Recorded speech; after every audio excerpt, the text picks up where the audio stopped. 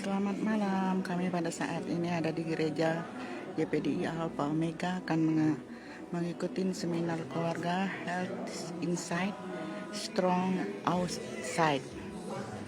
Dibawakan pembicara Pendeta Doni Tompuru dan Pendeta Sandy Sujak. Belum, masih lama dimulai. Kami yang janda-janda di sini yang tidak mempunyai pasangan.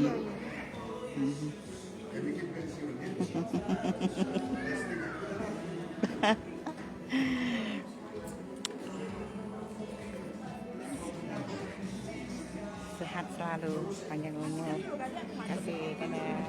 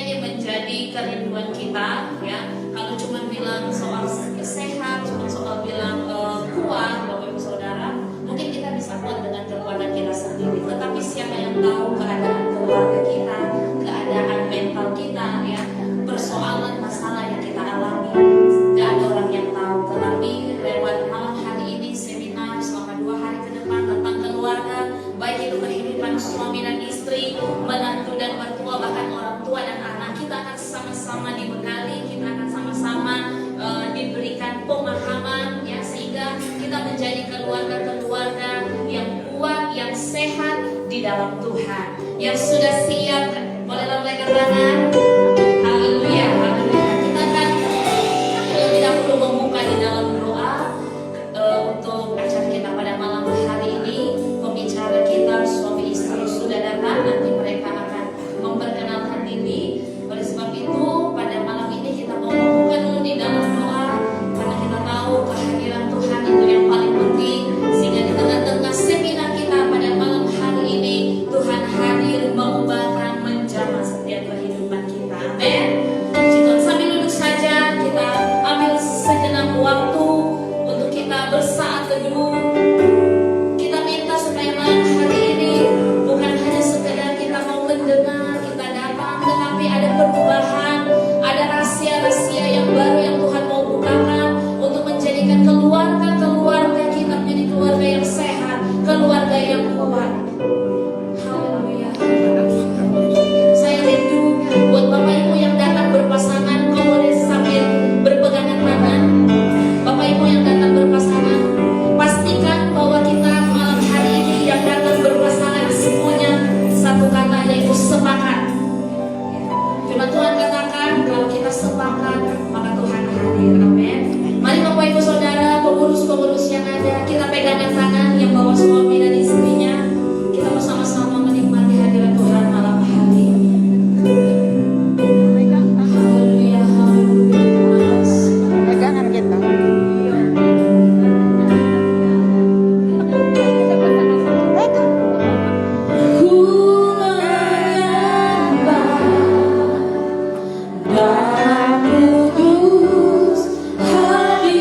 Hadiratmu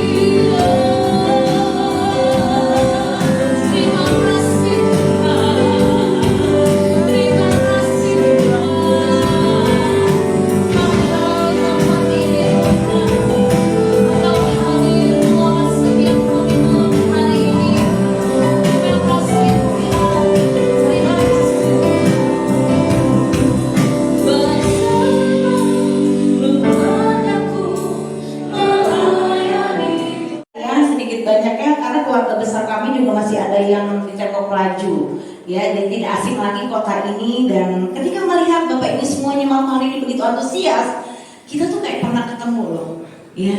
Saya kayak pernah melihat situasi gereja ini dan kondisinya gitu, kok kayaknya nggak asing lagi.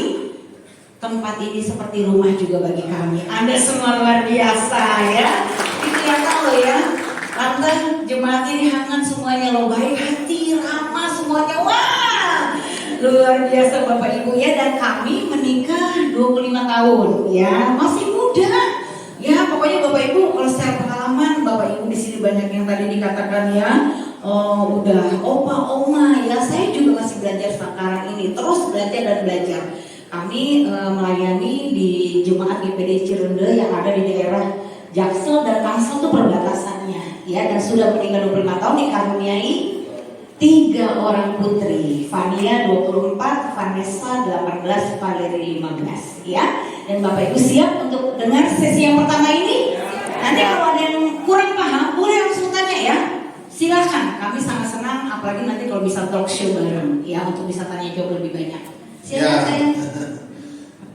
Kita beri judul sesi awal ini adalah Aku dan Pasanganku Sorga atau Neraka di Bumi. Siapa yang sudah menikah? Coba angkat tangan.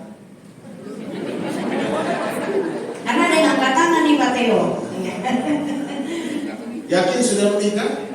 Oke, terima kasih ya. Anda mau merasakan sorga atau neraka di bumi ini? Gampang, menikah. Karena dengan siapa Anda menikah dan bagaimana Anda membangun pernikahan Anda, itu menentukan sorga atau neraka yang Anda rasakan di bumi. Selama berbahagia bisa. Kapan cerainya? Coba tanya. Siap-siap terima apa? Tapi kalau kita lihat hari ini, ratusan ribu pasangan bercerai setiap tahunnya. Jangan berkata, nggak mungkin. Itu yang baru terdata ya. Belum lagi yang namanya perselingkuhan tersembunyi segala macam, makin parah.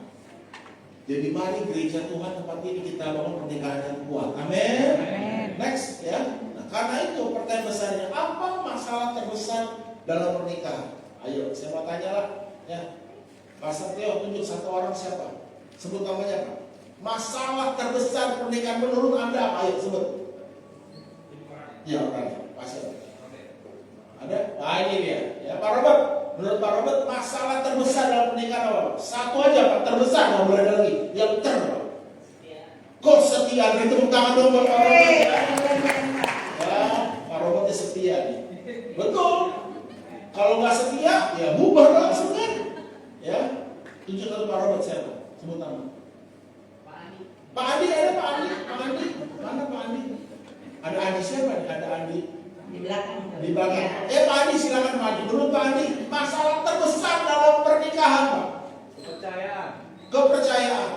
Amin. Bukan mertua Pak ya? Oh bukan. Terima kasih Pak. Kesetiaan, kepercayaan. Silakan Pak Andi. Duduk ibu juga nggak boleh Pak. Silakan wanita. Ayo Pak Andi.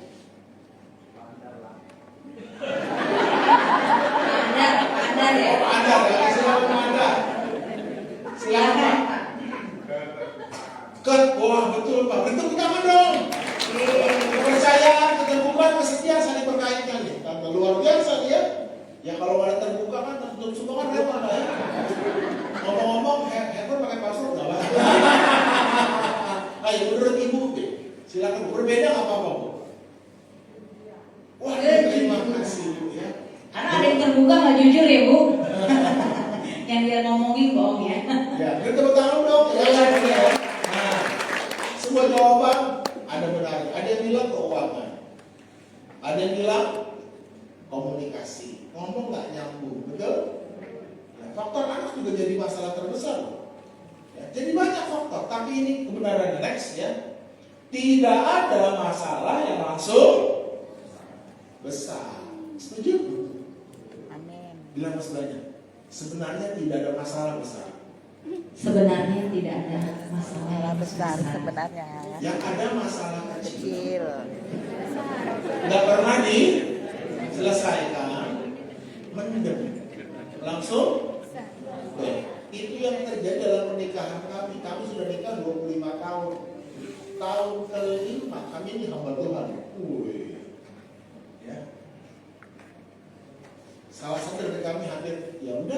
hampir nyerah gitu. Anda tuh masalahnya apa? Mendem. Ya, kami punya perbedaan. Ini cepat aja karena waktu Bapak Ibu ya. Biar kamu cerita langsung dari besar. Jadi latar belakang kami utara ke selatan Bapak Ibu ya. Kalau suami saya dari keluarga yang baik-baik, dari kecil sudah doa puasa pelayanan ya. Tapi kalau saya dari keluarga broken home ya, yang dimana dari umur 4 tahun papa saya sudah pergi selingkuh ya. Dan kalau suami saya biasa dibesarkan dengan kondisi yang sederhana, namanya juga dua-dua papa mama pendeta. Kalau saya sebaliknya ya, papa nggak pernah pulang tapi cuannya pulang ya, uangnya pulang ya. Selalu dibesarkan dari uang ya. Jadi my father, money is my father ya. Jadi semuanya diukur dari uang. Nah waktu kita menikah, saya sudah bertobat, saya sudah sungguh-sungguh lahir baru, cinta Tuhan, dipulihkan. Tapi tetap saudara ya, yang namanya dalam rumah tangga pasti ada perbedaan, betul ya? Pasti ada namanya konflik ya. Nah nanti sesi kedua kita akan mempertajam hal itu ya.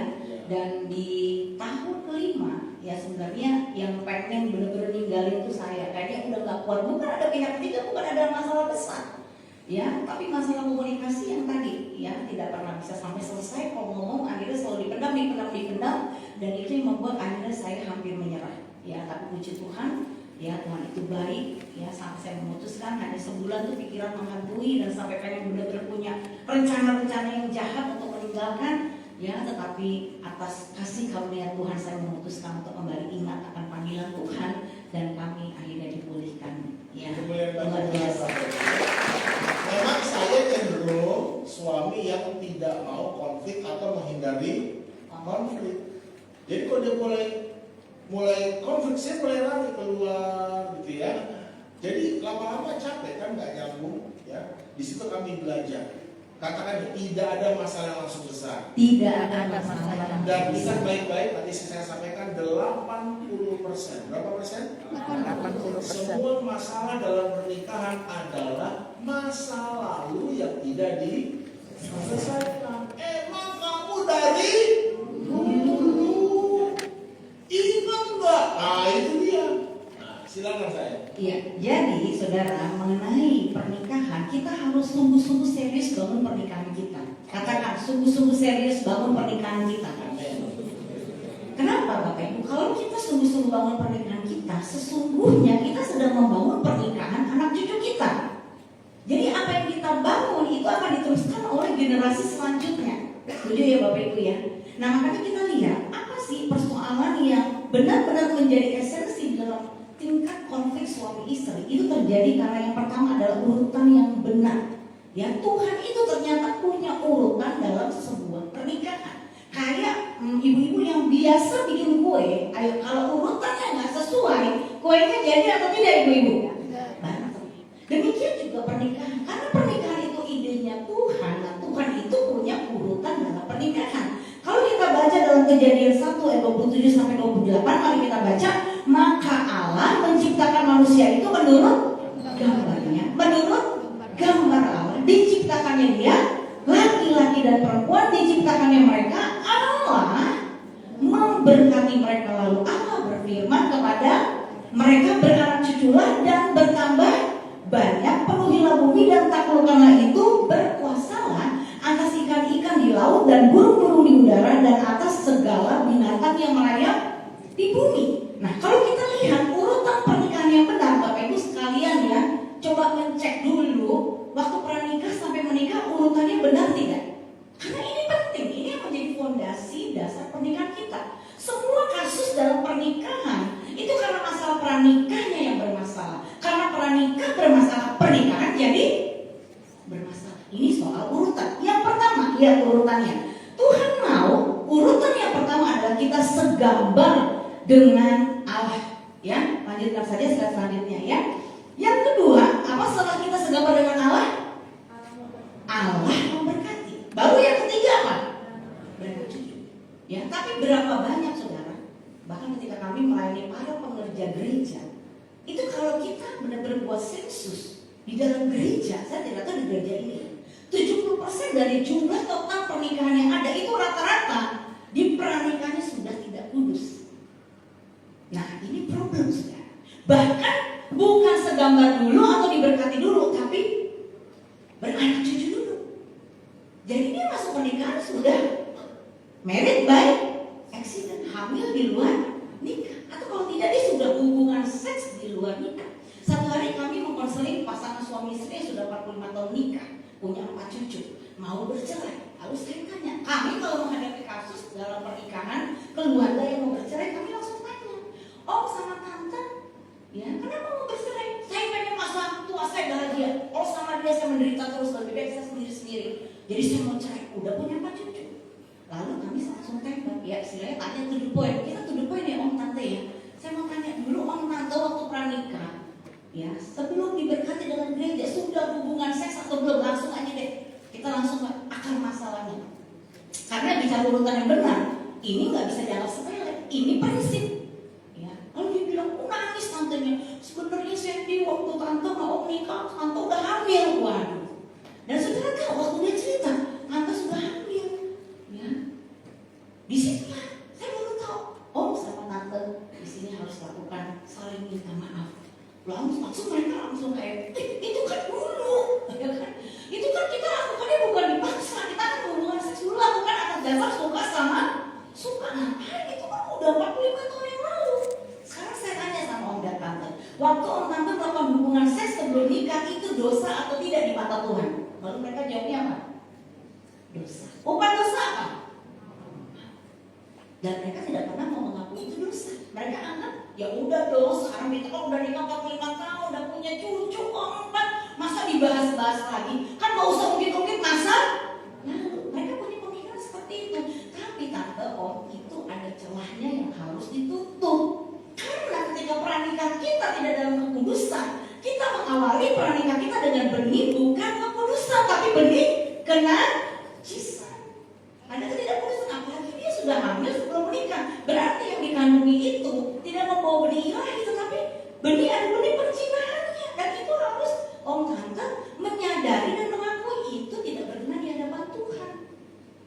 Oh begitu ya, mereka baru tahu Bapak Ibu. Nah akhirnya walaupun itu sudah terjadi sebelum waktu 45 tahun mereka menikah, karena mereka pacaran cukup lama, mereka saling membereskan. Hati mereka sadar bahwa apa yang mereka lakukan salah di masa lalu. Dan akhirnya suami istri ini di hadapan kami, mereka saling minta maaf atas apa yang mereka lakukan. Dan tahu ketika mereka saling minta maaf, omnya minta maaf, Pak maafin mama dulu, saya sudah tidak menjaga kamu, sudah menafsui kamu, sampai saya melindungi kamu, sampai kamu hamil. Dan apa yang terjadi? Memang dalam pernikahannya suaminya jatuh terus dalam perselingkuhan, saudara. Jatuh terus. Sementara mereka sedang minta maaf, kita lagi mau doain, tantenya jerit. Jadi bukan hanya itu sih yang buat tante pahit sama papa tante. Rupanya tante pernah dulu diperkosa sama papanya sendiri. Jadi lihat ya saudara ya, ternyata dari papa mamanya si tante juga ada problem di dalam kondisi hubungan tentang kekudusan. Tante paling baik waktu tante hamil anak kedua, dia bilang gitu, usia kandungan 8 bulan, tante dipaksa untuk melayani papa. Lalu tante menolak, namanya hamil besar Bapak Ibu, dia gak mau. Lalu yang bikin tante sakit hati katanya begini, papanya ngomong gini, kamu nih gak kayak kakak kamu tuh nurut aja. Pantesan di jemaat tuh kakaknya gak menikah, ya. Badannya udah bongkok begini, berarti itu kepahitan ya tanggung papanya. Terus suaminya ngomong apa tau gak yang bikin saya kaget? Kok mama gak pernah cerita sih dari dulu sama papa? Jadi suaminya baru tahu saat itu setelah 45 tahun. Lalu apa yang terjadi? Om coba sekarang mau cerita, Doni Sandy katanya begitu, kenapa om? Sampai sekarang om gak tahu om keluar dari lubang yang mana. Jadi dia gak tahu siapa mamanya. Anda bisa bayangkan, si suami dari latar belakang keluarga yang memang sudah kawin cerai, si tantenya juga begitu, papanya juga begitu. Bahkan anak kandung ini bukan anak tiri loh ya, anak tiri banyak kita dengar kisah begitu. Ini anak kandung juga ditiduri sudah. Dan akhirnya situ terjadilah saudara kesembuhan batin, pulih mereka sampai ketika mereka sudah akhirnya lakukan yang prinsip, mulai dari urutan yang benar. Ya, kita harus segambar dulu dengan Tuhan. Artinya apa? Jiwa kita harus dipulihkan, saudara. Sebenarnya waktu awal sebelum menikah, orang kenapa menikah? Tujuannya apa sih menikah? Semua orang menikah tujuannya apa? bahagia, kamu salah. Kamu menikah tidak perlu menikah sekarang. Kenapa? Kamu tidak menikah. Kalau kamu menikah hanya untuk bahagia, saya bilang. Sekarang kamu aja belum menikah, kamu belum bahagia. Betul tidak? Kalau dia ingin bahagia, berarti dia sebelum menikah udah bahagia atau belum? Belum. Makanya dia kepengen bahagia. Bisa dibayangkan si pria, si wanita sama-sama pengen bahagia. Berarti orang yang tidak bahagia menikah dengan orang yang tidak bahagia, berharap masing-masing saling membahagiakan. Akhirnya kandas cintanya, saudara. Sumbernya dari manusia. Akhirnya di situ keluarga ini dipulihkan, dan dampaknya ketika mereka melakukan saling minta maaf, dan kami doakan kita putuskan ya dari masa lalu itu yang namanya kawin cerai, perzinahan, kenajisan, saudara, itu dampaknya sampai anak-anaknya itu dipulihkan, saudara. Benar-benar luar biasa. Yang jadi prinsip ini, saudara, ada orang yang sampai konseling waktu di satu kota kami buat seminar seperti ini. 8 tahun dia meninggal tidak punya anak, saudara. Waktu kita angkat dia nangis suami istri. Waktu ngerti ternyata mereka juga gitu, pernikahannya tidak kudus. Dan yang lebih parahnya waktu mereka menikah, mereka membohongi pendeta mereka. Mereka bilang waktu pendetanya tanya, kalian masih jaga kekudusan? Masih tante. Ya mereka bohongi. Kali itu di seminar itu Tuhan ingatkan, kamu sudah bohong, kamu harus ngaku sama pendeta kamu. Saudara, setelah ngaku nggak sampai 6 bulan hamil, saudara. Ya, ternyata pernikahan yang tidak kudus itu menyebabkan banyak faktor dalam pernikahan. Ya, saya tidak katakan orang yang sulit punya anak karena faktor itu ya, tidak, saudara. Tapi ini menjadi salah satu kesaksian juga. Pernah ada orang yang dalam pernikahannya yang mengalami ketidakkudusan, akhirnya itu berdampak di pernikahannya. Apalagi dia membohongi hamba Tuhan. Dan setelah itu, pulang dari seminar dia datang, itu makanya dia minta maaf. Luar biasa. Ya, sekarang punya anak 3, saudara ya. Wah, luar biasa. Jadi ini urutan, saudara, di mana kita ketika sebenarnya waktu single sama single itu harus benar-benar pulih dari masa lalu kita masing-masing. Segambar dengan Allah berbicara tentang kita, segambar dengan Allah si pria dan si wanita dipulihkan. Ya, sebelum kami menikah pun gitu. Saya juga urusan dengan kepahitan dengan papa saya beresin dulu. Dia juga seperti itu. Ya, ada hal-hal di mana kami punya ganjelan, ya, punya hal-hal di mana kami membawa luka masa lalu. Tapi berapa banyak pernikahan masuk dalam pernikahan itu tidak beres dengan luka masa lalunya. Ya, dan akhirnya itu bisa menyebabkan bagaimana dampak-dampak dalam pernikahannya. Anda bisa bayangkan luka sama luka, lalu menikah. Anda masuk pernikahan dengan membawa luka, dan yang namanya pernikahan pasti ada gesekan dong, ada konflik dong. Luka sama luka digesek gimana? Teriak. Makanya banyak suami istri itu, waduh ya. Kenapa? Bapak Ibu dengar baik-baik. Luka yang tidak pernah diakui atau penyakit yang tidak pernah diakui tidak pernah dapat disembuhkan. Katakan amin. Saya mau tanya dalam hal ini, Anda mau kelihatan bahagia atau mau benar-benar bahagia? Benar-benar bahagia. Anda jawab serius, sebenarnya Anda mau kelihatan bahagia atau Anda mau benar-benar bahagia? Benar-benar bahagia. Katakan, saya mau benar-benar bahagia. Saya mau benar-benar pulih. Bukan cuma kelihatan pulih atau bahagia, tapi realitanya banyak orang lebih senang kelihatan bahagia, kelihatan pulih. Anda tahu kenapa? Karena selama Anda tidak berani mengakui luka sakit Anda nggak bisa sembuh. Kalau Anda mau sembuh, yang pertama apa? Berani ngaku. Lah kalau Anda ke dokter, Anda ngaku kan sama dokter? Ingat baik-baik. Tapi pasal nanti saya malu. Memang dosa itu harus dipermalukan. Kalau gitu kenapa Yesus mati di kayu salib telanjang? Dia mati karena dosa kita. Dosa itu harus ditelanjangi. Dengar baik-baik.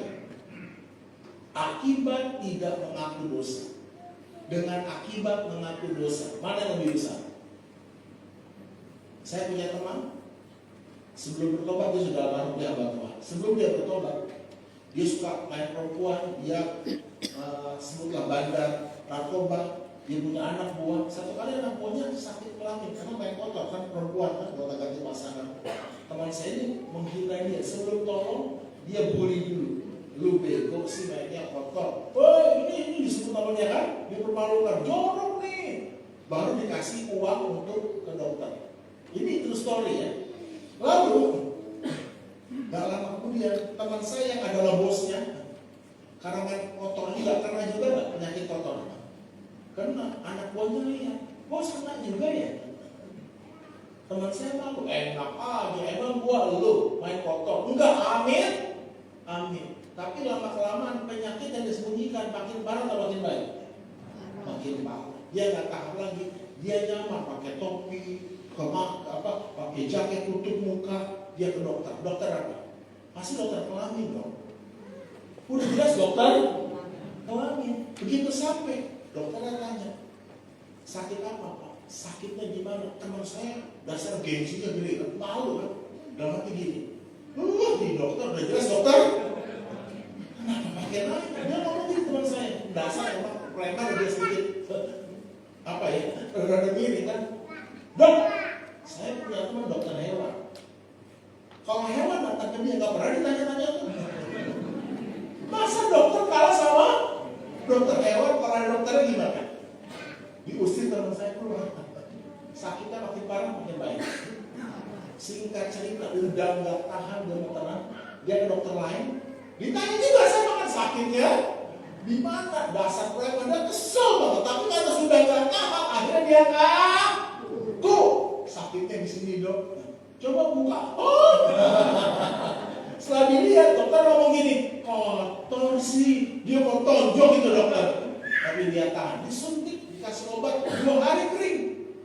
Dia ngomong gini, tahu gitu, gua ngaku lebih. Ngapain sembunyikan lebih lama? Malam hari ini putusan di tangan Anda loh. Siapa menyembunyikan pelanggarannya tidak akan beruntung, tapi siapa mengakui dan meninggalkannya akan disayangi. Saudara, udahlah ya, kalau pernikahan Anda gak kudus dan Anda mau benar-benar dipulihkan, Anda harus berani ngaku dan membereskan. Kalau Anda pernah bohongi pendeta Anda harus datang. Kalau masih hidup, Anda minta maaf, minta ampun, bertobat, minta berkat. Amin. Itu kunci berkat. Beri kemuliaan bagi Tuhan. Jadi jangan hanya sekedar tahu. Next ya. Nah ini gambarnya kan. Ya. Pasangan banyak yang apa? Tertutup kan. Nah next kita baca ayatnya. Sebab kamu sama seperti kuburan yang dilaut putih, sebelah luarnya memang bersih, tampaknya kelihatan bersih, tetapi sebelah dalamnya penuh tulang bulan dan berbagai jenis kotoran.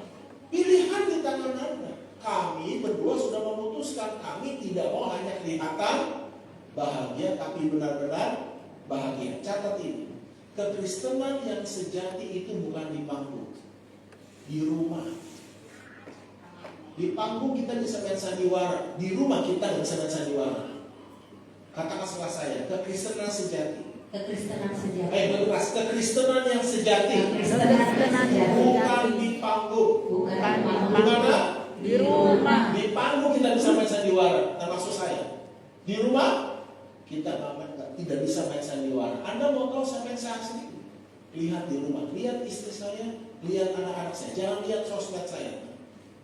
Dan banyak kali orang hidup pakai topeng. Kelihatan hamba Tuhan, di dalamnya tulang belulang, gak ada kehidupan. Saya gak mau jadi seperti itu Bapak Ibu. Karena itu buat keputusan. Buka dulu topengmu, ya. Khususnya para hamba Tuhan, kami harus buka topeng. Saya harus berani mengakui saya bukan suami yang baik, supaya saya bisa diubah jadi suami yang baik. Tuhan tidak bisa memproses kalau Anda tutupi terus. Karena apa? Orang yang munafik itu mulutnya memuji Tuhan, tapi hatinya jauh. Tuhan gak bisa sentuh hatinya. Kenapa? Pakai topeng. Kalau Anda ingin hatimu disentuh Tuhan, disembuhkan Tuhan, hati yang begitu sembuh, Anda harus merendahkan hati. Amin. Amin. Amin.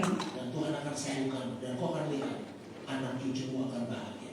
Anak cucumu akan berasa di. Karena pernikahan akhir zaman ini Bapak Ibu ya, itu banyak yang kelihatan mesra romantis hanya di foto.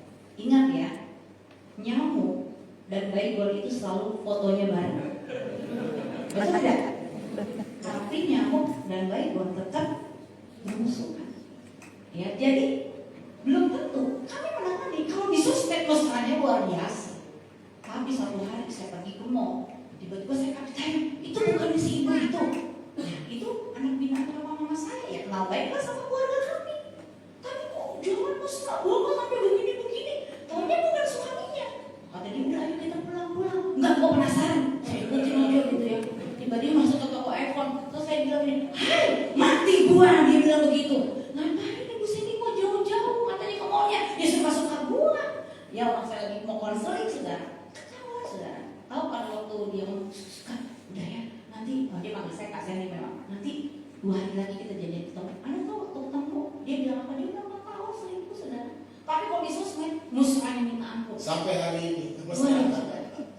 Ya itu menjadi satu misteri itu Pak saudara. Sampai saya bilang sama dia, kamu tahu akibatnya kalau kamu terus lakukan ini? Ya, kamu membohongi suami kamu, suaminya udah bangun di rumah bagus segala macam saudara. Tapi istrinya bahkan tidur di kamar ya suaminya bangun rumahnya tanpa pengetahuan. Dia bilang, Kak, saya Senin sampai Kamis saya selingkuh dengan pacar saya ini, tapi Jumat sampai Sabtu saya sama suami saya. Waduh, saudara. Ini kalau masalah keterbukaan, contoh topeng saya tidak suruh saudara sembarangan cerita sama orang ya. Jadi saudara jangan salah maksud. Saudara harus punya mentor pernikahan. Ya, di mana saudara punya tempat untuk saudara nyaman berbagi bercerita. Karena ada bagian-bagian tertentu saudara harus ditolong. Amin. Ya, kalau masalah keterbukaan itu harus ada yang menengahi dan membantu untuk mendoakan. Ya jangan ke sembarangan orang. Ya, kami juga tidak menyarankan itu. Artinya saudara harus make sure orang ini bisa menuntun saudara kepada iman yang benar pada Kristus dan harus membantu menolong pernikahan Anda juga sampai akhirnya dipulihkan. Makanya penting penggembalaan. Amin. Ya, saudara bisa datang penggembalaan itu penting sekali saudara. Yohanes 3:19 baca sama-sama ini. Dan inilah hukuman itu terang telah yang datang ke dalam dunia, tetapi manusia lebih menyukai kegelapan daripada terang, sebab perbuatan mereka jahat. Nah, ingat baik-baik. Ini Yesus katakan. Sebab tidak ada sesuatu yang tersembunyi yang tidak akan dinyatakan dan tidak ada sesuatu yang rahasia yang tidak akan tersingkap. Katakan setelah saya, pasti ketahuan. Pasti ketahuan. Udah, saudara, salah satu tipu muslihat dosa apa? Sekali-sekali, gak apa-apa, gak akan mati. Itu kan kata ular kan? Bilang masalahnya, pasti mati. Bener Bapak Ibu. Pasti ketahuan. Alah udah gak ada ketahuannya. Pasti ketahuan. Yesus berkata, tidak ada, next, bukan yang ini. Tidak ada yang tidak ada satu tersebutnya tidak akan pasti tersingkap. Makanya itu disebut takut akan Tuhan, karena pasti ketahuan. Pasti hanya masalah waktu. Nah, coba saudara belajar hargai kesempatan. Tidakkah kau tahu maksud kemurahan Allah adalah menuntunmu kepada pertobatan. Tapi karena kekerasan bersyukur istri kami benar-benar bertobat sebelum kejadian. Jangan anggap remeh kemurahan Tuhan. Katakan anugerah Tuhan. Anugerah Tuhan. Siapa anugerah? Grace. Grace itu ada periodnya, jangan lupa. Disebut grace period. Karena harus sadar itu. Grace itu ada waktunya. Nanti kita belajar itu. Jadi saudara mau benar-benar dipulihkan atau cuma kelihatan pulih? Dipulihkan. Kita mau buang kepalsuan, setuju? Benar-benar. Kita mau buang yang namanya dusta dalam gereja Tuhan, supaya Tuhan bisa pulihkan Bapak Ibu. Dan kami lihat itu. Katakan ini, Tuhan tidak pernah punya masalah dengan masalah saya. Tuhan tidak pernah punya masalah dengan masalah saya. Punya masalah dengan hati saya. Tuhan punya masalah dengan hati Karena saya. itu Bapak Ibu dengan baik-baik, jangan pernah bawa dulu masalahmu kepada Tuhan. Karena Tuhan tidak pernah punya masalah dengan masalah kita. Tuhan tidak punya masalah menyembuhkan kita, tapi Tuhan punya masalah dengan.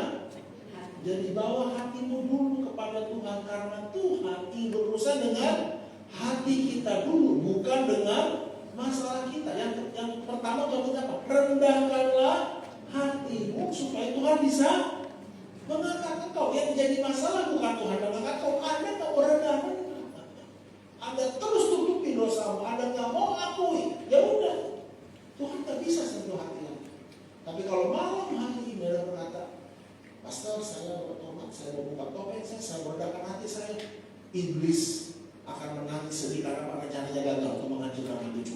sorga, malaikat, Tuhan akan bersorak-sorai atas hidup. Amin. Amin. Amin. Jangan pernah ragu untuk menghampiri Tuhan, rendahkan diri, maka Tuhan akan memulihkan hidup. Beri kemuliaan bagi Tuhan. Ya, saudara. Yang ketiga, yang kita lihat di sini adalah karena apa, saudara? Lebih sayang anak. Ya, anak ini bisa jadi benar-benar pemicu pertengkaran konflik suami istri, saudara. Gara-gara anak, suami buka chat, istri buka chat. Jadi bahkan berantem di depan anak, saudara. Tapi kalau kita tidak jaga, ingat Bapak Ibu, anak itu bukan fokus, tapi anak itu welcomer. Dia anugerah pemberian Tuhan, tapi bukan jadi fokus, jadi pusat, saudara. Apa yang menjadi pusat? Kalau anak jadi pusat, pernikahan kita jadi hancur, saudara. Banyak orang setelah punya anak akhirnya tidak membangun pernikahannya, hanya pusatnya ngurus anak. Sibuk ngurus anak. Akhirnya pernikahan bisa keteteran, saudara. Ya, coba kalau kita baca kisah di Alkitab, saudara. Saudara perhatikan baik-baik kisah ini. Ini menarik ya. Kejadian 7:13. Ya, kita baca di layar aja ya. Pada hari itu juga masuklah siapa? Nuh, serta Sem, Ham dan Yafet, anak-anak Nuh. Baru apa?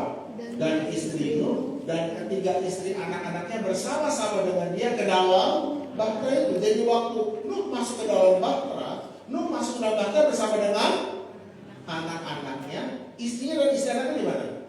Di belakang. Next. Kejadian pasalnya yang ke-8 ayat 2-16, lalu berfirmanlah Allah kepada Nuh. Apa itu? Keluarlah dari bahtera itu, engkau bersama-sama dengan istrimu serta anak-anakmu dan istri anak-anakmu. Jadi waktu Tuhan melihat Nuh masuk ke dalam bahtera dengan anak-anaknya, istri dan anak-anaknya di belakang, beliau harus belajar. Kata Tuhan tidak baik. Amin, katakan tidak baik. Tidak baik. Lalu Tuhan berkata, Nuh, nanti kamu keluar dari bahtera, engkau keluar dengan istri. Apa itu perintah yang susah atau mudah? Mudah. Mudah kan? Dibanding bangun bahtera, lebih susah mana? Tuhan suruh perintah kamu bangun bahtera. Apa kamu pernah lihat bahtera? Akan terjadi hujan. Apa itu hujan? Akan terjadi air bah. Apa itu air bah? Kalau misalnya firman Tuhan, perintah Tuhan datang kepada Pastor Theo, bangunlah hubah-hubah. Hubah-hubah. Karena akan terjadi bulu dan ini mabok. Tapi Pastor Theo tetap perintah yang aneh susah. Tapi sekarang Tuhan ngomong lebih sederhana, kamu keluar dari bahtera bersama dengan istrimu. Jadi anak-anakmu tuh lihat, oh itu tuh istri lebih utama, bukan anak. Tapi yang terjadi apa? Next. Lalu keluarlah Nuh bersama-sama dengan anak-anaknya. Kok susah sih? Dari ayat ini kita bisa tarik kesimpulan, ternyata Nuh punya masalah hubungan dengan istrinya. Tahu dari mana? Next, dengan cepat ya. Nuh menjadi petani, dialah yang mula-mula membuat kebun anggur. Setelah dia minum anggur, apa yang terjadi? Mabuklah dia, dan dia telanjang di mana? Nuh telanjang dalam kemah. Tapi kan Ham melihat aurat kainnya, lalu ya, terjadilah kutuk kan. Pertanyaannya gini, ketika Nuh telanjang dalam kemahnya, di mana istrinya?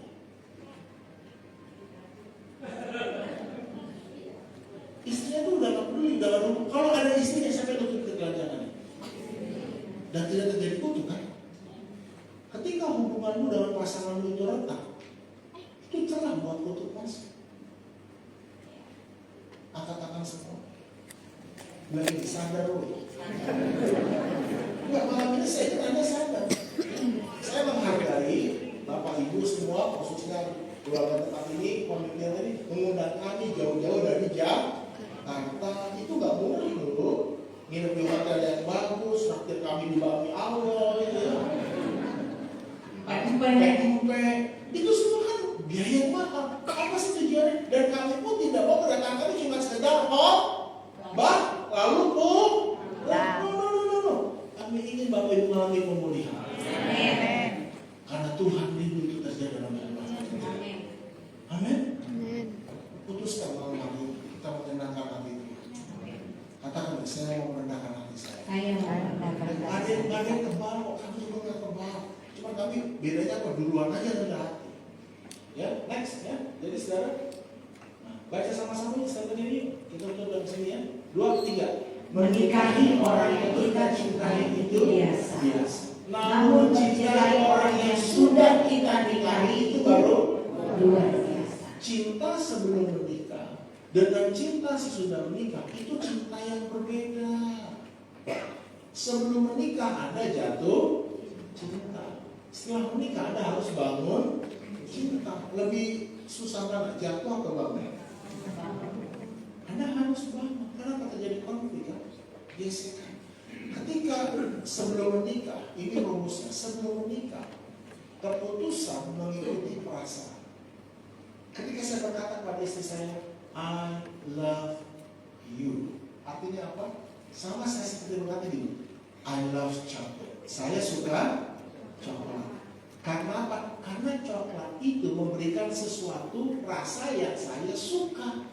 Itu sebabnya saya suka coklat, karena Sandy memancarkan sesuatu yang saya suka, penampilannya, apapun itu karakternya lebih kepada saya. Akhirnya keputusan ikut perasaan. Kenapa? Karena saya suka kamu, saya memutuskan satu titik untuk menikah dengan Sandy karena saya suka. Itu cinta sebelum menikah. Katakan keputusan ikut perasaan. Setelah menikah harus berubah. Sekarang perasaan ikut keputusan, apapun perasaan. Kenapa gini Bapak Ibu? Dengar baik-baik. Tidak ada pasangan yang sempurna. Oh cuma istri saya bilang apa? Sepakat nggak? Tidak ada pasangan yang pasangan Anda hanya sempurna sebelum dinikahi. Karena itu masa promosi. Iya kan? Setelah dinikahi masa promosinya, welcome to the jungle. Benar. Ternyata kaget. Kok kasar ya? Iya, dulu sebelum nikah saya lembut. Rame pakem bapak-bapak ya. Ya, itu yang terjadi. Dan akhirnya ya, tapi dengar baik-baik. Saya tutup dengan ini. Keputusan terpenting dan terbaik yang kami ambil dalam hidup kami adalah ketika kami memutuskan untuk tetap saling mencintai. Karena apa Bapak Ibu? Karena tidak ada yang membuat anak kami lebih bahagia selain melihat papa-papanya saling mengasihi. Itu keputusan terbaik. Bukan pelayanan, bukan bisnis. Apa artinya bisnis sukses pernikahan hancur? Ada artinya pernikahan hancur, anak-anak hancur. Karena itu Bapak Ibu katakan mengasihi adalah keputusan, bukan perasaan. Jangan tunggu kuat baru buat keputusan. Karena Anda tidak pernah kuat sampai Anda buat keputusan. Karena keputusan itu menghasilkan kekuatan. Jadi jangan ikut perasaan. Perasaan yang harus ikut keputusan. Dan hari ini saya memutuskan Tuhan apapun perasaan saya, takut, malu, apa-apa, saya memutuskan kamu untuk bertobat. Saya memutuskan untuk merendahkan hati saya. Saya memutuskan untuk tetap mengasihi pasangan saya. Amin. Karena itu kehendak Tuhan. Mari kita berdoa bersama-sama. Bisa pakai promosi. Ku telah mati. Ambil waktu tenang Bapak. Lupakan kanan kiri. Hanya Engkau dan Tuhan. Jangan datang untuk berjumpa dengan kami, tapi datang untuk berjumpa dengan Tuhan. Amin. Ku telah mati dan tinggalkan cara hidupku yang lama. Semuanya sia-sia dan tak berarti lagi hidup ini.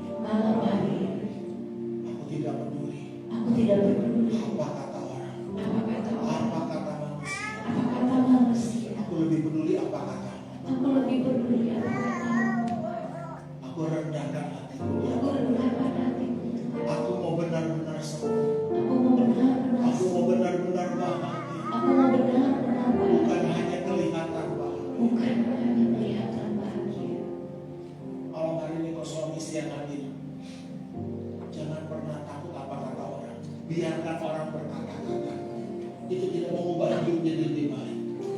Tapi takutlah akan Tuhan. Hormati Tuhan lewat pernikahan. Lewat kekudusan takut akan Tuhan itu menyembuhkan. Kalau pranikahmu ketika kau masuk pernikahan tidak lulus, apakah kau cukup berani untuk mengakui di hadapan Tuhan? Tuhan, aku akui kami pernikahan kami tidak lulus. Kami masuk pernikahan dengan membawa luka dan kami dapat kami bereskan. Tapi malam hari ini Bapak, malam hari ini, bahkan kami pernah membohongi pendeta kami. Tapi malam hari ini, aku gak peduli apa kata orang, aku mau pulih, sembuhkan. Anda suami istri maju ke depan sekarang, jangan ragu. Silakan, jangan malu Bapak Ibu, jangan dulu buat saya. Ini kesempatan Bapak Ibu, Tuhan mau pulihkan Di depan kamu, gandengan tangan, kita berdiri. Semuanya sia-sia, yes, dan tak berarti lagi. Hidup ini dalam nama Yesus, ku letakkan. Anugerahmu cukup bagimu, anak. Anugerahmu cukup bagimu. Sembuh dalam nama Yesus. Berhenti menghukum dirimu. Aku lihat hatimu. Aku lihat hatimu. Aku mengasihimu, anak. Anak aku hanya membukamu. Dalam sakara balaya, dalam sakara sembuh. Sembuh. Terima pengampunan Tuhan. Akan aku terima. Yes. Dalam nama Yesus. Dalam nama Yesus. Aku berkati Tuhan. Yes. Terima kasih Bapak. Terima kasih Bapak. Ku letakkan.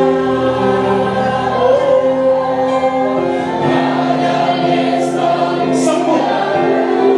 Sembuh. Sembuh. Sembuh ya. Aku mau pulih. Aku mau sembuh. Dalam nama Yesus. Dalam nama Yesus. Ora basakara balaya. Ora balaya. Terima anugerah Tuhan. Terima anugerah. Malam hari ini, jangan lagi takut apa kata orang. Rendahkan hatimu, biar aku yang mengangkat hidupmu.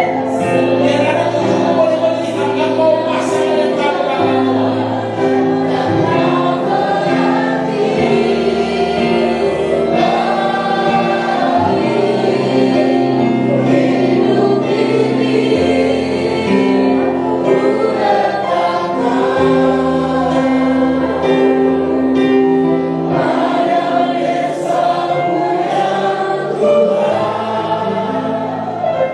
Mari, pasangan suami istri yang di depan saling peluk pasangan. Saling minta ampun, saling minta ampun, saling minta ampun. Ayo dipeluk. Tuhan menjadi peluk pasangan. Dalam nama Yesus ada damai sejahtera. Jangan hukum dirimu karena Tuhan tidak menghukum dirimu. Tuhan mengasihimu, Tuhan mengampunimu, Tuhan menerimamu. Ampuni dirimu sendiri seperti Tuhan mengampunimu. Kasih Kristus yang mengikat dan mempersatukan. Tidak ada lagi yang bisa memisahkanmu, tidak ada yang bisa menceraikanmu. Kasih Tuhan mengikat dan mempersatukan semua hubungan pasutri. Pasangan suami istri malam ini, Bapak Ibu yang berdiri di tempat duduk masing-masing, bolehkah kau saling peluk pasangan? Saling minta maaf, Bapak saling Ibu yang ada di tempat duduk, coba ambil kesempatan untuk saling minta maaf, saling mengampuni ketika Tuhan mengingatkan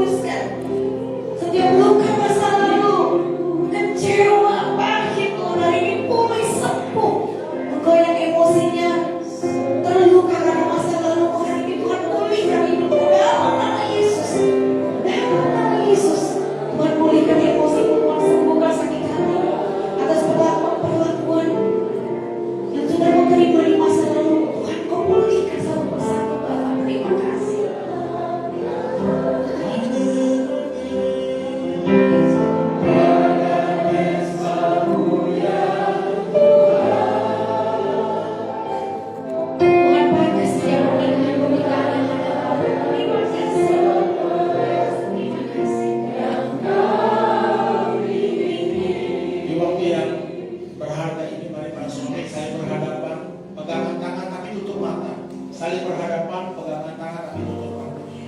Tutup mata. Ada Tuhan di tengah-tengah. Karena bukan manusia yang mempersatukan, Tuhan yang mempersatukan. Dan Tuhan kita hanya satu, rendahkan hati. Akui kesalahan dosamu, bukan menunjuk kesalahan, tapi mengakui kesalahan. Masing-masing ada salahnya, tapi Tuhan tidak pernah cari siapa yang salah. Tuhan cari siapa yang mau mengakui dosanya. Saya beri waktu dari para suami, mulai rendahkan hatimu, minta maaf sama istri. Buka matamu, tatap pasangan baik. Buka matamu. Para suami, ini momen yang berhati. Saya minta maaf, ngomong, maafin papa. Papa kasar sama mama. Papa lebih sayang anak daripada mama. Papa gak setia. Ayo jujur hari ini, minta maaf. Dan istri, ampuni suami. Berkati suami, jangan begitu. Dan kalau sudah istri gantian minta maaf sama suami. Pak, maafin aku suka kandung, aku suka mencoba mau kamu membentuk kita. Hari ini biar anak-anakmu menjadi anak-anak yang paling bahagia. Karena mereka melihat orang tuanya saling mengasihi.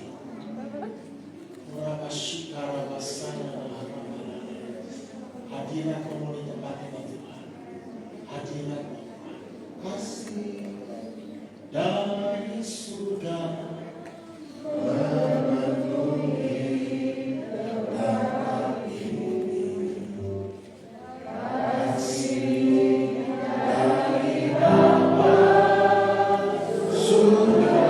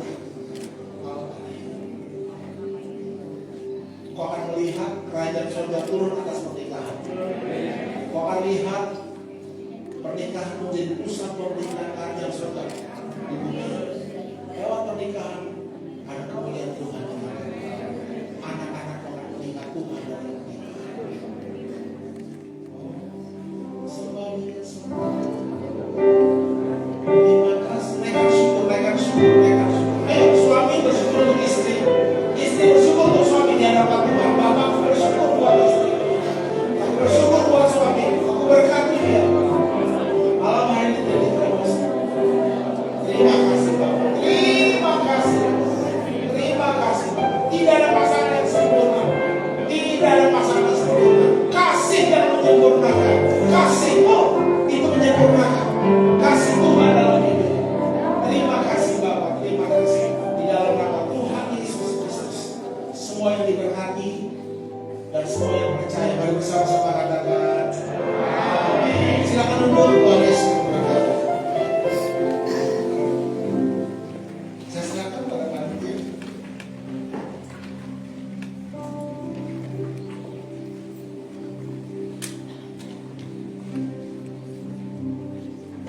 Beri tepuk tangan dulu buat pemuda kita. Terima kasih Bapak Ibu, Anda punya hati yang luar biasa ya. Tuhan bekerja. Puji Tuhan, semuanya diberkati.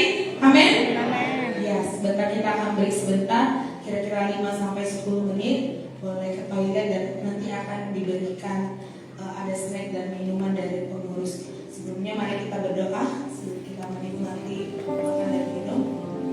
Terima kasih Bapak yang baik, terima kasih untuk malam yang indah pada saat malam hari ini Tuhan. Kami bersyukur untuk pembelajaran pada malam hari ini Tuhan yang menunggu setiap kami merendahkan diri untuk kami tahu yang menjadi prioritas di dalam pasangan kehidupan kami. Terima kasih Yesus, terima kasih Bapa. Biarlah kami tidak hanya mendengar, tapi kami dapat menjadi pelaku firman. Bapa yang baik, sebentar kami akan menikmati makanan dan minuman yang telah disediakan oleh pengurus yang ada Tuhan. Kiranya Engkau suci kuduskan oleh darah Tuhan. Biarlah makanan dan minuman ini dapat menjadi kekuatan dan kesehatan bagi kami. Terima kasih Yesus. Hanya di dalam nama Tuhan Yesus kami sudah berdoa dan ucap syukur. Haleluya. Amin. Baiklah Bapak Ibu, nanti kalau ada yang mempunyai pertanyaan boleh minta kertas dan pena sama pengurus, nanti boleh, nanti pertanyaannya akan dikumpulkan, nggak perlu tulis nama. Kita akan menikmati makan dan minum sambil ngobrol boleh. Nanti 8.25 ya Om ya, 8.25 kita mulai lagi.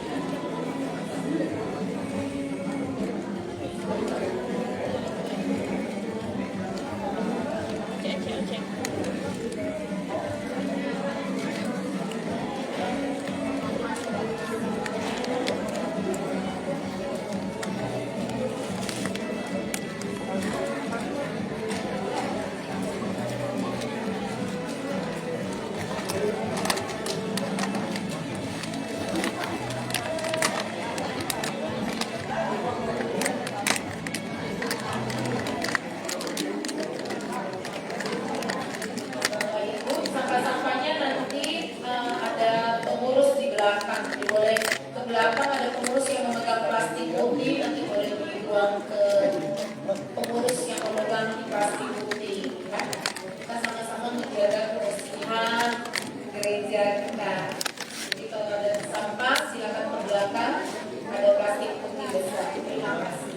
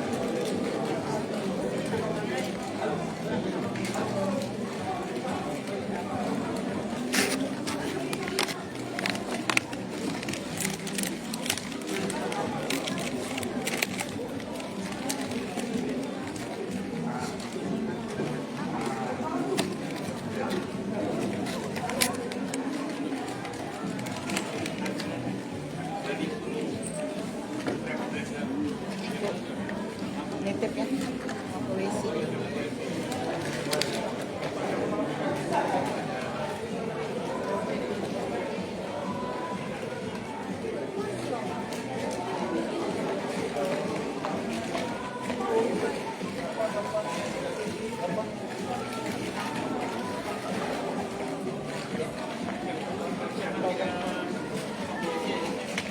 Sampah-sampah.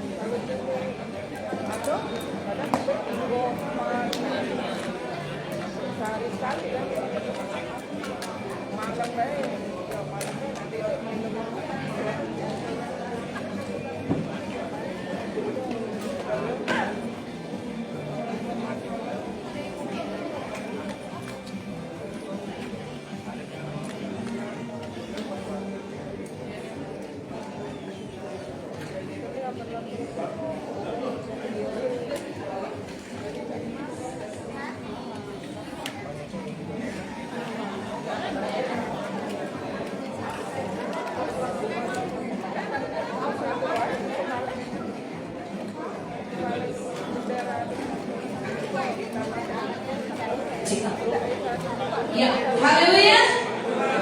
Ya, sudah kenyang semuanya? Ya, selain makanan rohani, makanan jasmani juga. Baiklah, agar tidak berlama-lama, agar lebih banyak materi yang kita dapat. Oh, tante siap? Kalau kami mah siap, tergantung tantenya. Oke, kalau siap, baiklah Bapak Ibu, kita akan lanjut ke sesi kedua. Sekali lagi, jika ada pertanyaan yang nanti nggak sempat, boleh ditulis minta kertas sama pengurus. Ya, silakan. Oke, saudara ya, karena waktu. Ya, saudara siap? Dasar hidup orang benar. Kita langsung aja. Bisa bantu selanjutnya. Mazmur 11 ayat 3, Mazmur pasal 11 ayat 3 berkata seperti ini. Apabila dasar-dasar dihancurkan, apakah yang dapat dibuat oleh orang benar itu? Jawabannya apa Bapak Ibu? Orang benar itu tidak dapat berbuat apa-apa. Dia lumpuh, dia kehilangan kekuatannya. Dengar baik-baik Bapak Ibu. Yang paling iblis merusak dan hancurkan dalam hidup kita adalah fondasi kehidupan. Tuhan kasih perumpamaan, ada 2 orang membangun rumah. Satu di atas dasar fondasi pasir, satu di atas dasar fondasi batu karang. Dan dua-duanya mengalami masalah yang sama. Katakan masalahnya sama. Hujan yang sama, angin yang sama, banjir yang sama. Tapi hasilnya beda. Yang satu kokoh, yang satu roboh. Yang membedakan apa? Fondasi. Amin Bapak Ibu. Karena itu, apa fondasi hidup ini? Satu kata, hubungan. Katakan, saya membangun hidup saya di atas dasar hubungan. Jadi kalau saya tanya pada Bapak Ibu malam ini, apa dasar kehidupan kita? Hubungan. Kalau hubungan itu hancur, kalau hubungan itu mati, apakah ada kehidupan? Tidak ada kehidupan. Karena kehidupan itu lahir dari hubungan. Setuju? Anda mau pernikahan Anda hidup atau mati? Hidup. Dasarnya apa? Hubungan pernikahan Anda harus beres. Nah, dengan baik-baik cepat ya Bapak Ibu ya. Nah, hubungan adalah belum jelas. Hubungan adalah dasar tempat di mana kita membangun hidup kita. Yang pertama, ya, dasar Tuhan memberkati hidup kita adalah hubungan. Ayatnya jelas. Alangkah baiknya dan indahnya apabila suami istri, mertua, orang tua, dia bersama dengan rukun. Karena sebab kesanalah Tuhan memerintahkan berkat. Amin. Siapa yang diberkati Tuhan? Apa kuncinya? Ya, kalau Anda nggak akur, bukan rusuh, ya rukun bukan rusuh gitu ya. Dengar baik-baik Bapak Ibu, ya. Berkat datang lewat hubungan. Catat itu baik-baik. Kata selesai. Berkat Tuhan datang lewat hubungan. Jadi kalau hubungan Anda nggak bagus, berkatnya datang nggak? Tidak. Semua yang kendor bermasalah. Listrik kendor, masalah. Air kendor, salurannya, masalah. Semua yang kendor masalah. Hubungan Anda kendor sama Tuhan, masalah. Makanya Anda harus bangun hubungan. Ya, karena itu dasar untuk terima berkat Tuhan. Yang kedua, oke cepatnya karena waktu ya.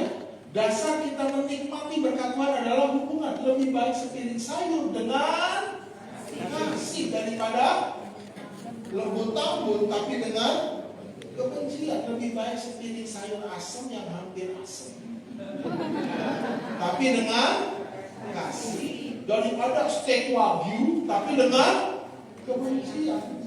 Anda harus ingat itu.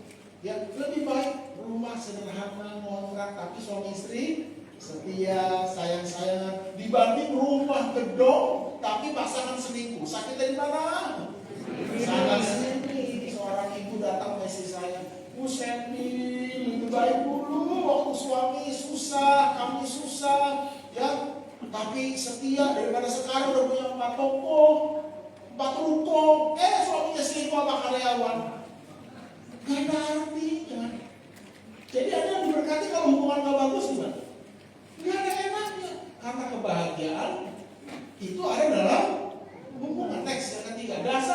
ditambah lagi, dasar Tuhan hadir dan menjawab adalah hubungan.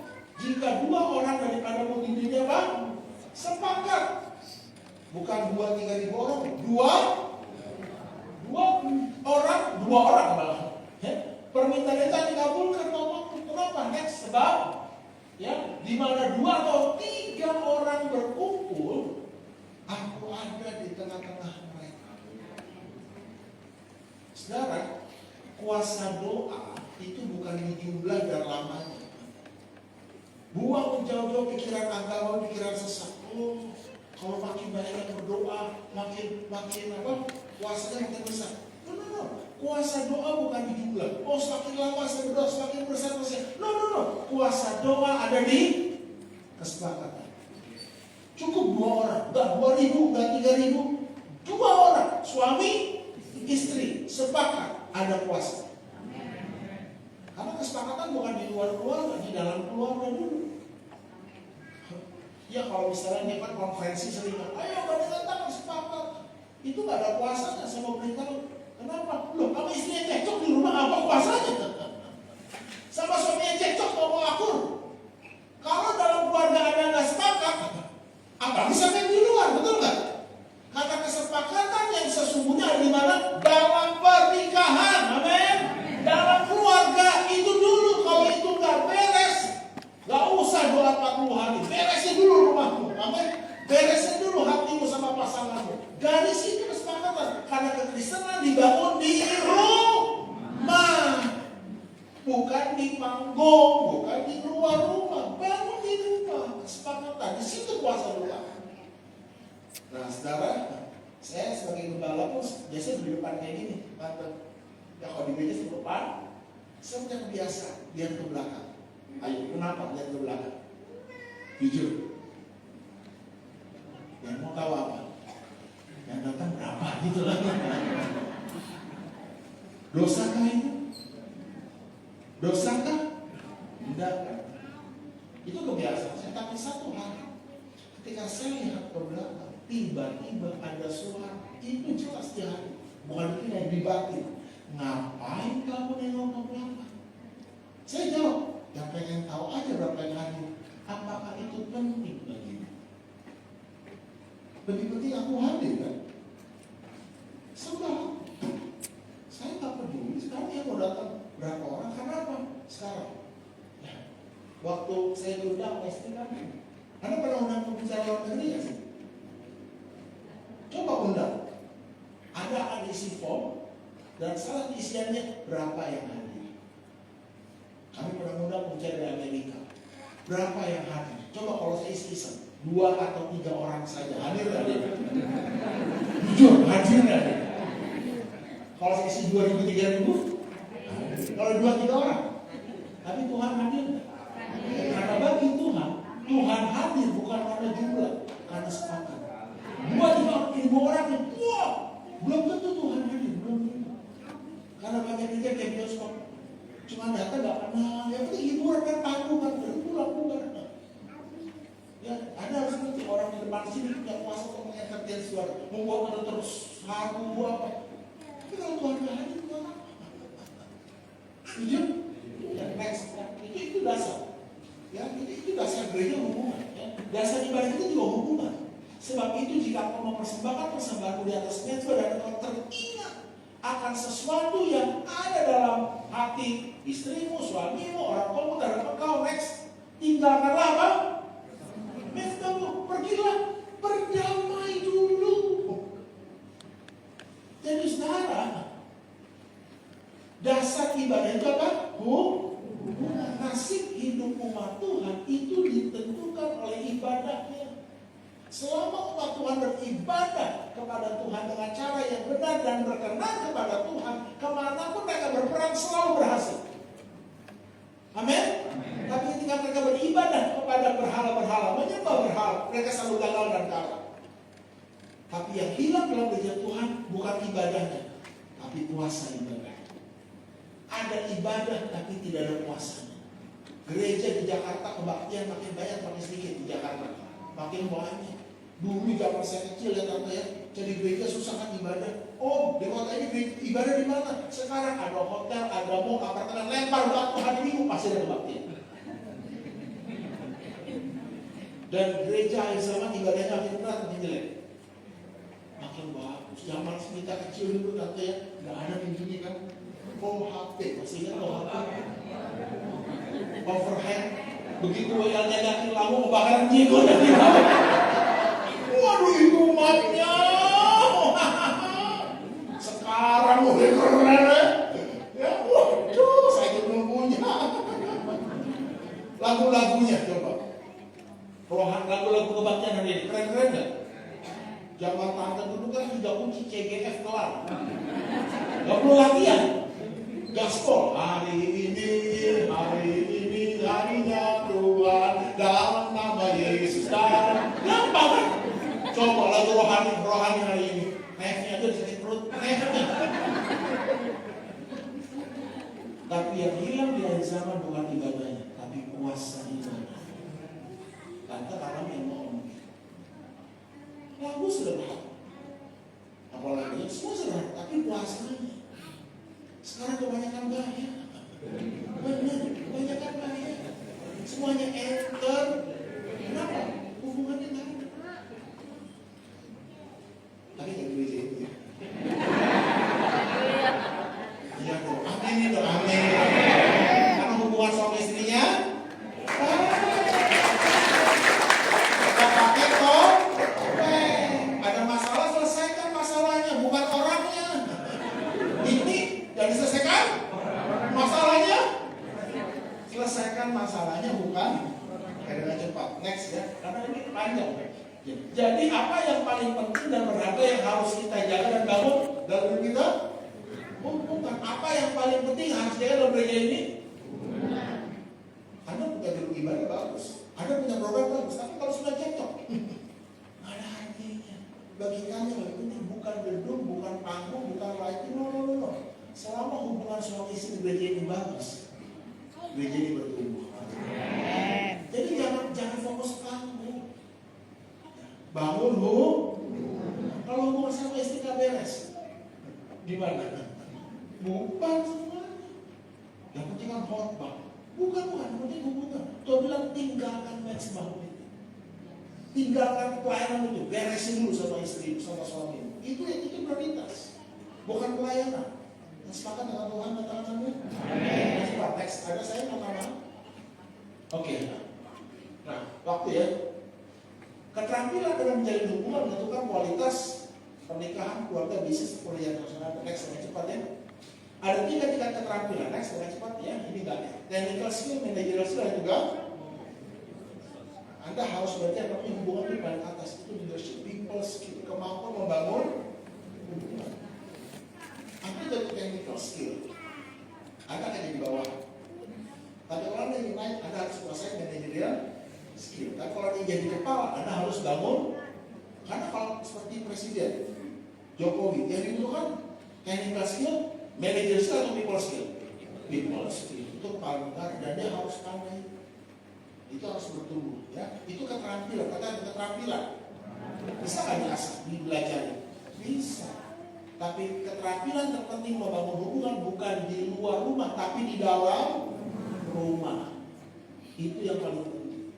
Makanya kalau saya dan istri kami sebagai gembala tidak punya hubungan yang bagus, misalkan konflik, anak kami nggak bisa mimpin jemaat. Menang di dalam, menang di luar. Amin. Next. Yang namanya bangun hubungan tidak lepas dari kesalahan dan masalah. Sesuatu yang pasti terjadi dan tidak mungkin dihindari. Semakin dekat, semakin apa? Gesekan kan? Katakan itu, pasti ada kesalahan. Pasti ada masalah. Pasti. Kami udah nikah 25 tahun. Menurut Anda, ada nggak gesekan? Apakah ada yang berkata gini, kamu sudah menikah 25 tahun, tapi karena anugerah Tuhan, selama 25 tahun kami nggak pernah konflik. Sana nikah kah itu? Bila maksudnya pasti Pasti saya bikin kesalahan, saya bikin masalah. Istri saya pun demikian, pasti terjadi. Next, ya dengan cepat ya. Nah, jangan terjebak saling. Itu poinnya. Ya, siapa bersingkat leher, walaupun telah mendapat teguran, akan sekonyong-konyong apa? Diremukkan tanpa dapat dipulihkan lagi. Anda lihat itu? Kalau Anda saling menyalahkan, bersingkat leher, kalau suami sudah sama-sama ngotot tegak, udahlah Tuhan pun nggak bisa pulihkan. Serius. Keadaan kami pun nggak boleh di Tuhan. Ya lagi bilang saja apa hancur. Karena itu belajar saja. Next ya, jangan saling menyalahkan. Hal pertama dan harus pulih sebelum Tuhan memulihkan keuanganmu, sebelum Tuhan memulihkan kesehatanmu adalah bukan. Contoh Ayub next. Lalu Tuhan memulihkan keuangan Ayub, betul? Lalu Tuhan memulihkan kesehatan Ayub, Tuhan memulihkan keluarga Ayub. Kapan? Setelah dia membereskan hubungan dengan sahabat-sahabat yang selama sekian puluh pasal menyerang dia, menghakimi dia, beres dulu. Jadi tidak ada pemulihan tanpa pemulihan hubungan. Camkan itu baik-baik. Halo?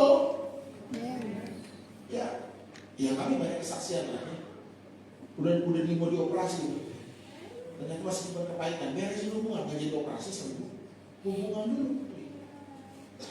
Oke, next. Ya. Tuhan tidak dapat memulihkan hidup Anda jika Anda terus bersingkat leher dan saling menyalahkan satu dengan yang lain.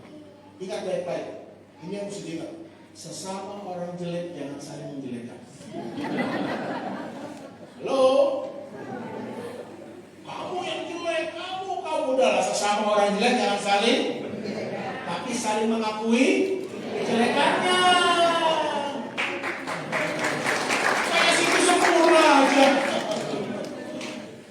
Itu sedih bangun hubungan. Amin. Bilang sama sautistik, sesama orang jelek jangan saling menjelekkan. Sama orang jelek jangan saling menjelekkan. Tapi saling mengakui. Kelar masalah, kelar. Benar Bapak Ibu. Ini ilmu jurus tingkat sorga, oke? Next. Ya, contoh ada yang kamu. Kita kembali ke Taman Eden. Ya, dengar baik-baik.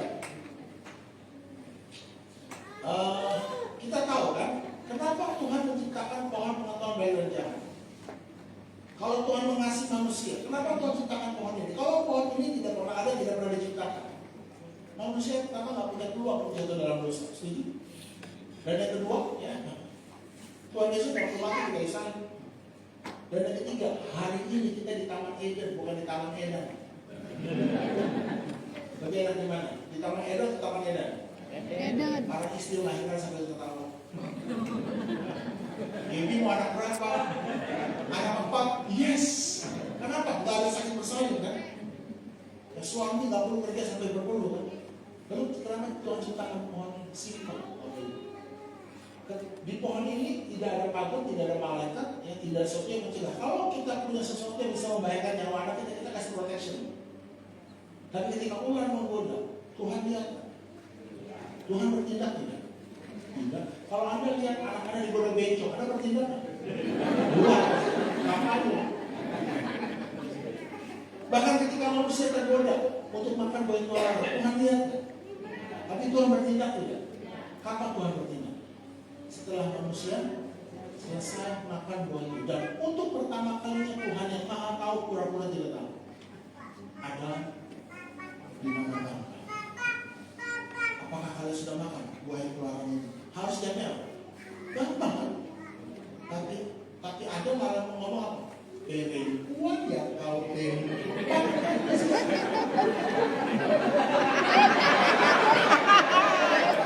ada yang protes, Pastor, yang pasti ada bukan orang Batak. Kalau ada orang Batak, ular gak suka ngomong, selesai nih.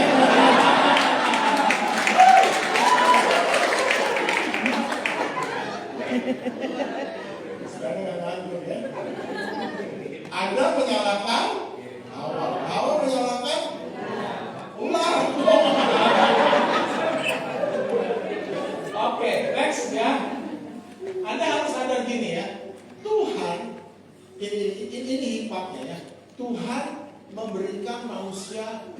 izin untuk berbuat salah. Mengapa? Tuhan sengaja. Hanya masalah waktu manusia pasti buat salah, betul nggak?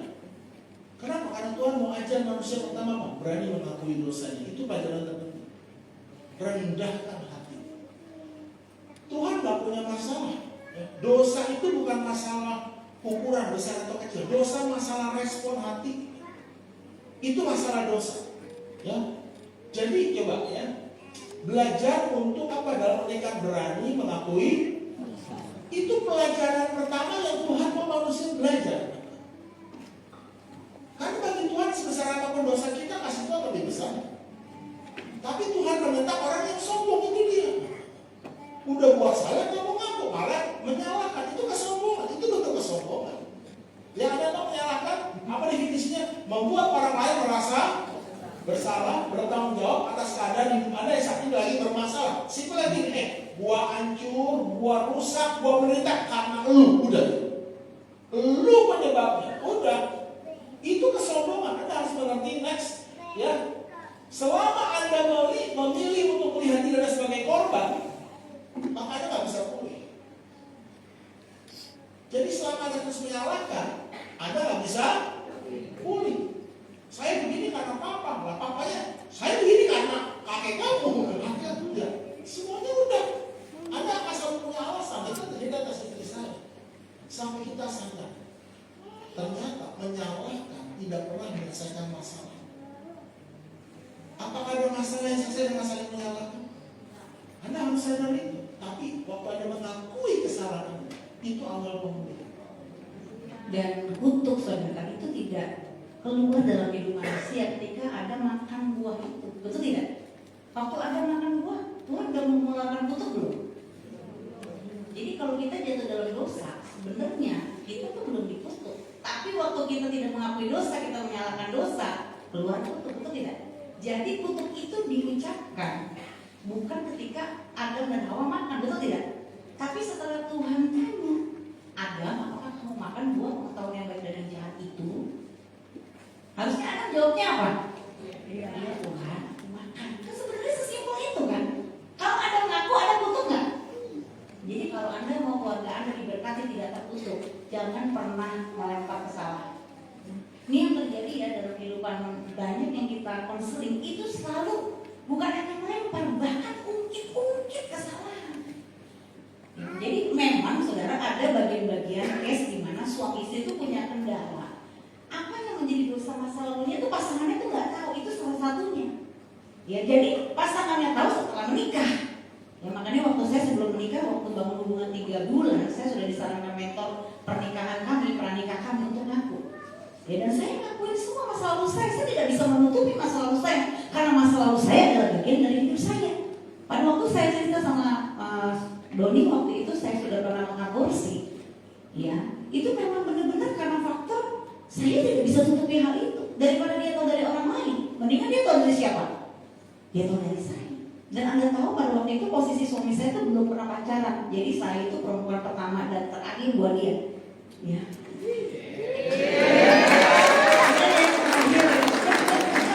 Dan saudara, waktu saya cerita saya sudah mengaborsi, saudara tahu apa yang ada di pikiran dia pikir gini. Orang kalau udah pernah aborsi itu udah pernah hubungan seks atau belum ya? Kenapa? Karena dia memang jaga kekudusan dari SMP, dia mau menikah dengan jodoh dari Tuhan. Dan waktu dia tahu jodoh dari Tuhan itu saya, gimana nggak kaget saudara? Ya, jadi aku di depan. Ya, saya pun siap kalau dia nggak bisa terima masa lalu saya, ya saya siap tidak menikah sama dia. Karena saya serahkan sama Tuhan jodoh saya. Jadi saya pun semua clear di awal. Ya, jadi waktu saya masuk pernikahan, Doni tahu masa lalu saya semuanya tersingkap di awal. Ya kami ikut bimbingan pranikah, kami masuk dalam pemberkatan nikah kudus, makanya kami jaga pranikah kami tidak pegangan tangan. Karena seks itu satu paket, ketika kita pegangan tangan maka kita akan ciuman, kisi, petting, banting, gunting, itu satu paket. Ya kan? Makanya pernikahan kalau saya ditanya boleh nggak ciuman atau enggak? Nanti anak muda harus diajarin. Bukan boleh nggak boleh ciumannya. Ketika kami ciuman, kamu akan pelukan, ketika pelukan kamu akan apa? Petting, banting dan gunting. Itu udah satu paket. Makanya itu harus dibenerin, dikelirkan. Kami tidak buka celah waktu pranikah. Jadi waktu wedding kiss di pemberkatan nikah, dia buka cadar, dia sudi, itu benar-benar wedding kiss pertama. Dan puji Tuhan setelah masuk pernikahan, kami tidak membawa luka masa lalu. konflik yang terjadi dalam pernikahan itu bukan karena masa lalu, karena ego. Tapi berapa banyak pernikahan terjadi konflik karena masa lalu yang tidak diselesaikan? Karena masing-masing pasangan tidak tahu masa lalu pasangannya. Puji Tuhan kalau Bapak Ibu saling tahu. Ya, makanya tadi dibilang harus segambar. Jadi ingat Bapak Ibu, apa yang terjadi dalam konflik pernikahan kita, pesan saya satu, jangan pernah saling menyalahkan karena untuk masuk ketika Anda saling menyalahkan. Dan kalau Anda mau menjadi keluarga yang diberkati Tuhan, untuk celah, stop saling menyalahkan. Amin. Tapi saling mengakui kesalahan dan jangan pernah ungkit-ungkit masa lalu. Maka pernikahan dipulihkan Tuhan. Amin. Ya, jangan cepat ya. Jadi menyalahkan adalah pilihan yang paling mudah ketika terjadi masalah. Cari kambing hitam, nggak ada kita hitamin. Yang ada kita hitamin aja kan. Udah, kami pun belajar. Ketika ada masalah, nggak cari siapa yang salah. Karena menyalah next. Karena apa? Tidak menyelesaikan masalah, malah buat masalahnya jadi besar. Anda masuk di lingkaran setan. Anda harus punya skill satu ini yang kena cepat. Next contoh misalnya. Ini saya baca dari ini peristiwa ini. Waktu itu kami masih tinggal di apartemen. Itu hari Sabtu minggu pertama. Waktu itu dia masih worship leader, saya yang khotbah. Itu minggu pertama gitu. Ya. Dan kami orang tua saya masih ada waktu itu semuanya. Karena sibuknya akhirnya anak-anak kami tempatkan di gereja, ya. Kami ke apartemen. Saya belum buat PowerPoint khotbahnya. Jadi saya bilang, aku mandi dulu, saya mandi dulu. Tolong, ya kamu siapin, dia siapin. Ya, amat semua dia siapin lah. Ya. Begitu saya mandi, ya. Aku mandi dulu ya, dia mandi lah. Saya baru kemarin kok mau buat kerja PowerPoint buat hari Minggu besok. Baru masuk kamar mandi, dia teriak saja. Saya kaget, ada apa nih? Begitu saya masuk kamar mandi itu keran, bom, air itu kenceng banget. Sebagai seorang hamba Tuhan, apa yang saya katakan? Oh, Tuhan turut bekerja dalam segala sesuatu mendatangkan kebaikan. Apakah begitu? Tidak, langsung kita tunjuk. Kamu apa yang kebaikan? Pilihan yang paling mudah ketika terjadi masalah adalah waktu saya menyalahkan dia kan gak terima. Enggak tuh, aku gak apa-apain. Saya mau jawab, pastilah kamu apa-apain. Dong tadi aku mandi gak apa-apa kok. Gayanya gitu tuh. Ini memang apa adanya aja. Ya ini karena waktu saya lihat jam. Tapi sekarang udah berubah ya. Ya, tapi Anda harus belajar ini. Kami bukan gak pernah konflik, tapi kami semakin aktif menyelesaikan konflik tanpa harus saling.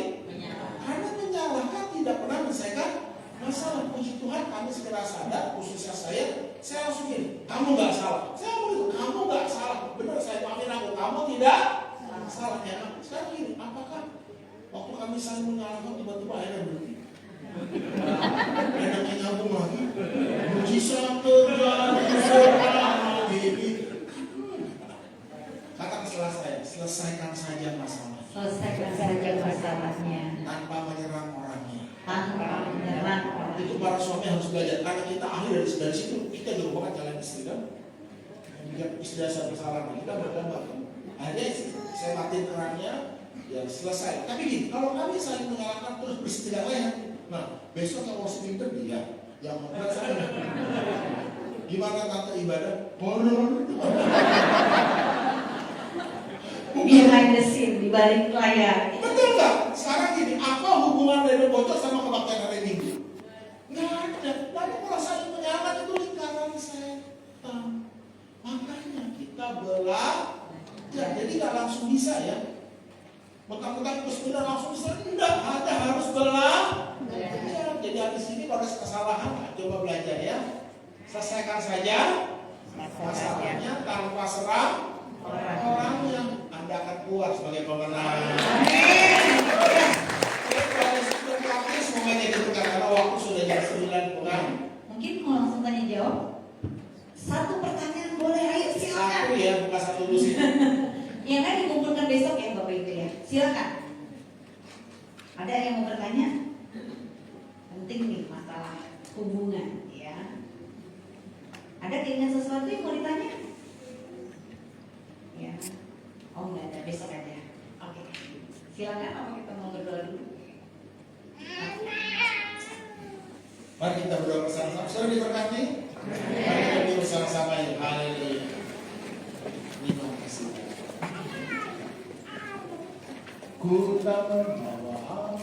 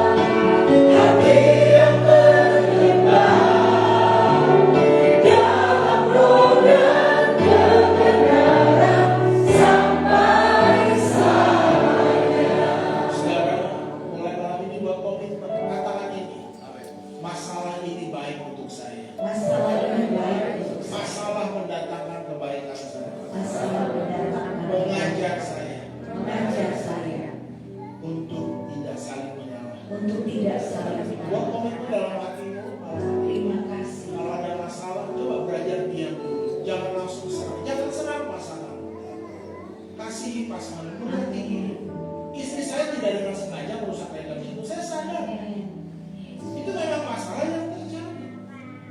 Coba belajar hari ini kita menenangkan hati. Tidak langsung menyerang, memojokkan. Coba belajar tenang. Selesaikan saja masalah. Katakan pada dirimu, selesaikan saja masalah. Selesaikan saja Tanpa menyerang orang. tanpa menyerang. Ajar kami dewasa Bapak untuk kami saling mengakui, tidak saling menyerang, tidak saling menjelekkan, tidak saling menyalahkan. Kami tidak mau iblis cari untung dalam hubungan kami. Benar. Kami ingin Tuhan yang untung. Amin. Kami mau dengan pernikahan kami pulih. Kerajaan dibangun dalam keluarga kami. Anak-anak kami menjadi anak yang berkasih. Amin. Jiwa mereka pulih. Kami bawa Tuhan berkat malam hari. Kami merendahkan hati. Tidak lupus dari kesalahan, tidak lupus dari masalah. Setiap pernikahan pasti ada masalah. Setiap pernikahan pasti ada kesalahan. Yang terpenting bukan siapa yang salah, tapi siapa yang mau mengakui kesalahannya dan merendahkan hatinya. Dan Tuhan akan pulihkan dia. Kami rendahkan hati kami. Dalam nama Tuhan Yesus Kristus, berhati Tuhan.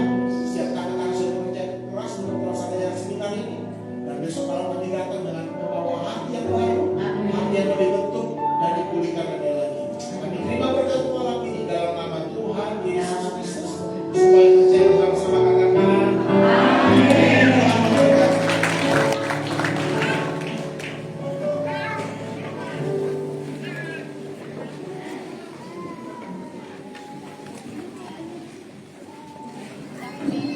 Puji Tuhan, ini berkatkan memegang tangan, haleluya. Puji Tuhan Bapak Ibu, ya terkasih. Besok kita masih ada lagi hari terakhir ya, hari terakhir kita dalam seminar keluarga. Kita akan mulai tepat pukul 7 malam. Diharapkan Bapak Ibu jemaat Tuhan boleh hadir sebelum jam 7. Nanti jam 18.45 kita akan mulai dengan doa. Baru jam 7 tepat kita akan mulai dengan materi yang ada. Jadi besok malam terakhir Bapak Ibu Saudara, mohon kehadirannya, kita yang antusias ya. Kita percaya bahwa Tuhan punya rancangan yang indah bagi keluarga kita. Amin. Puji Tuhan. Demikian seminar pada hari pertama sudah selesai. Ya, kami mengucapkan banyak terima kasih buat semua yang sudah hadir pada malam hari ini. Tuhan Yesus memberkati. Haleluya.